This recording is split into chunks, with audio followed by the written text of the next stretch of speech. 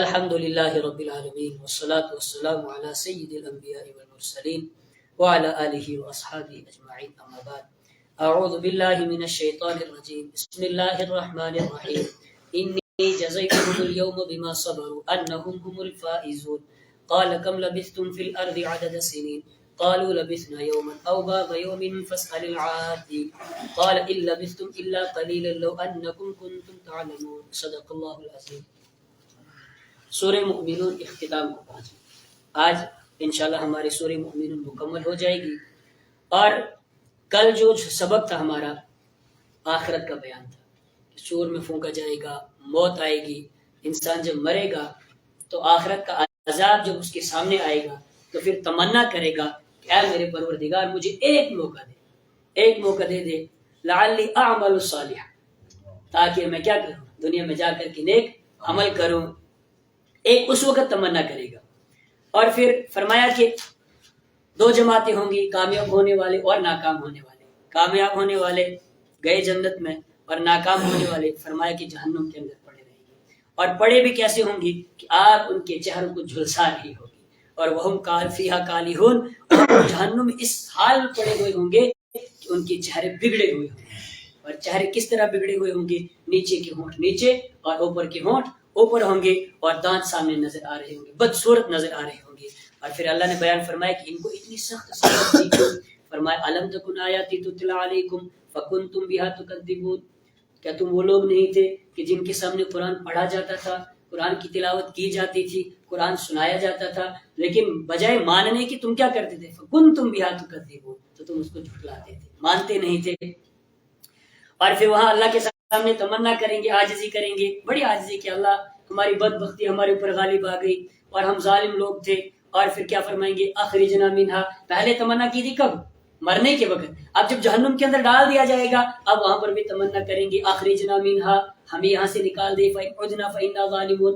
اور دوسری جگہ ہم ایک جگہ سن چکے کہ اب ربنا ابصرنا وسمعنا، اے رب دیکھ بھی لیا آپ جہنم کے عذاب کو، سن بھی لیا آپ، فرجعنا نعمل صالحا، ایک موقع دے دی دنیا کے اندر جانے کا.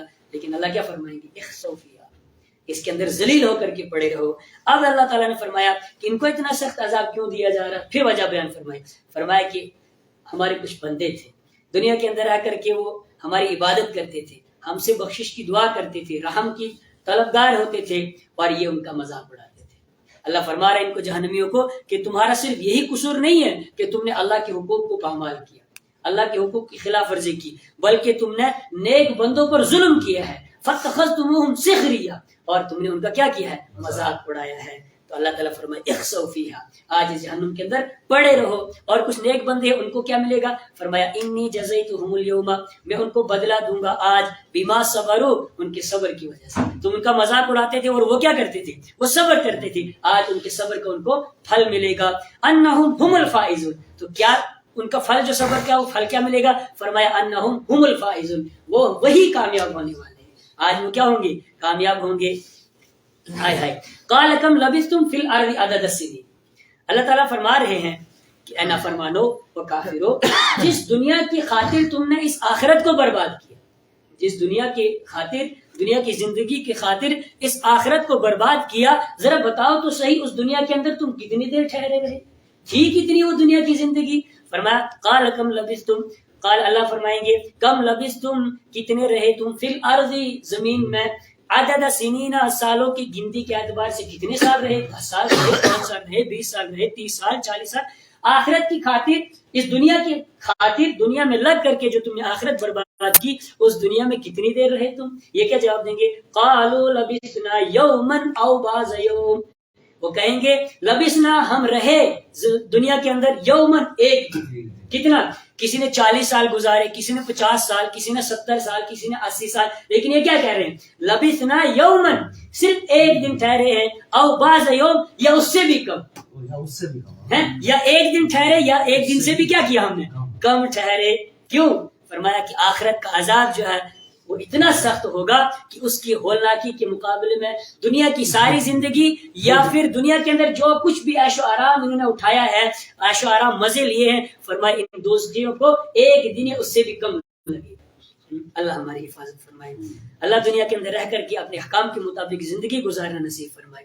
قالوا لبثنا یوما او بعض یوم، وہ کہیں گے کہ ہم ایک دن یا اس سے بھی کم رہے۔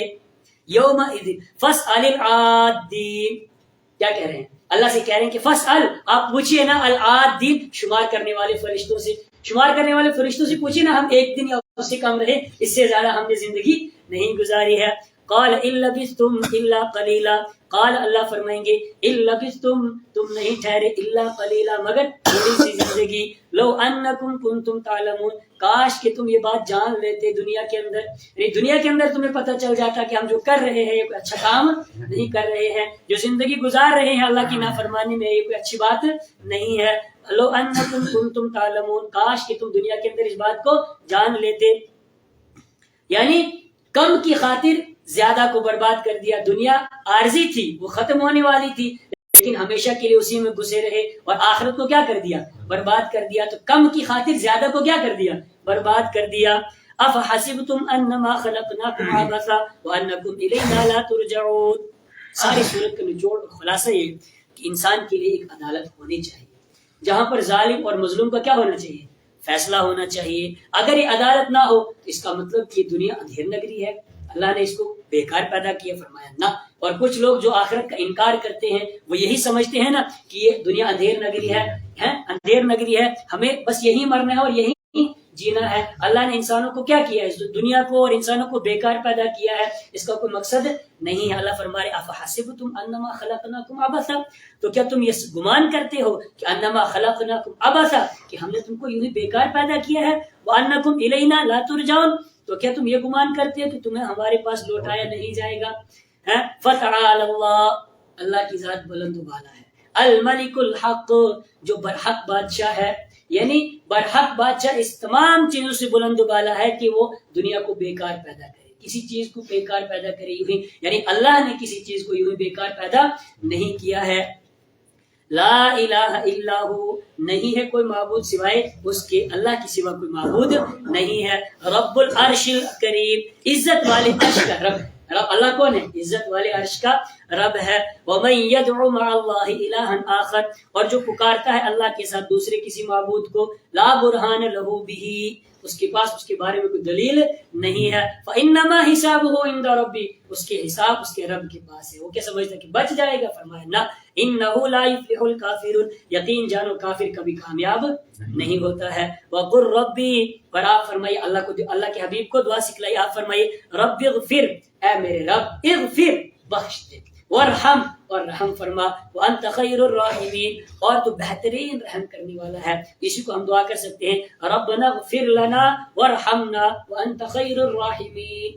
اللہ رب العزت ہمیں قرآن پر عمل کرنے کی توفیق عطا فرمائے، اور قرآن کریم کی تلاوت کرنا نصیب فرمائے، اور اس کے مطابق زندگی گزارنا نصیب فرمائے۔ وآخر دعوانا ان الحمد للہ رب العالمین۔